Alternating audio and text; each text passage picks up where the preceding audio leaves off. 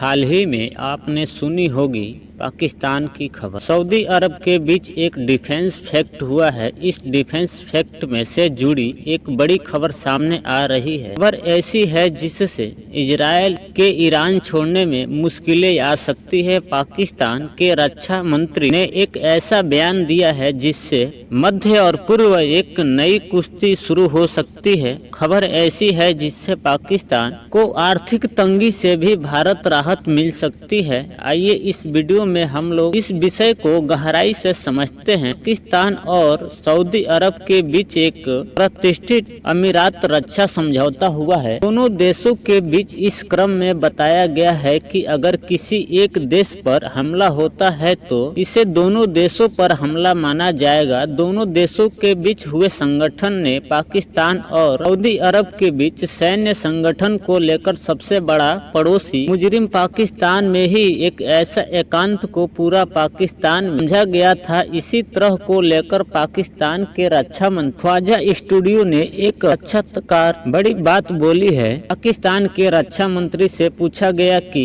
अगर भारत और पाकिस्तान के जंग हो तो सऊदी अरब भी जंग में शामिल होगा और सऊदी अरब किसी दूसरे देश से जंग खाता है तो पाकिस्तान सऊदी अरब का साथ देगा। यह प्रश्न के जवाब में पाकिस्तान के रक्षा मंत्री ख्वाजा आसिफ ने कहा कि बिल्कुल बात है, इसमें कोई शक नहीं है। हमने किसी भी मुल्क का नाम नहीं लिया है। कौन मुल्क हमला करेगा तो हम जवाब देंगे और ना ही सऊदी अरब ने कोई नाम लिया है कि हमने नाम लिया। पाकिस्तान के रक्षा मंत्री ने इसके साथ ही सऊदी अरब को न्यूक्लियर अम्ब्रेला देने की बात कही, यानी सऊदी अरब अब पाकिस्तान के परमाणु हथियारों का इस्तेमाल कर सकता है। यहाँ तक तो ठीक था, लेकिन इसके आगे पाकिस्तान के तरफ से कहा गया है कि वह सभी अरब देशों को सुविधा दे सकता है अगर वो चाहे। तो हैरानी की बात यह है कि पाकिस्तान ने सिर्फ अरब देशों का नाम लिया है। यहाँ पर पाकिस्तान ने मुस्लिम देशों का नाम नहीं लिया। ईरान अब अरब देशों में नहीं आता, यानी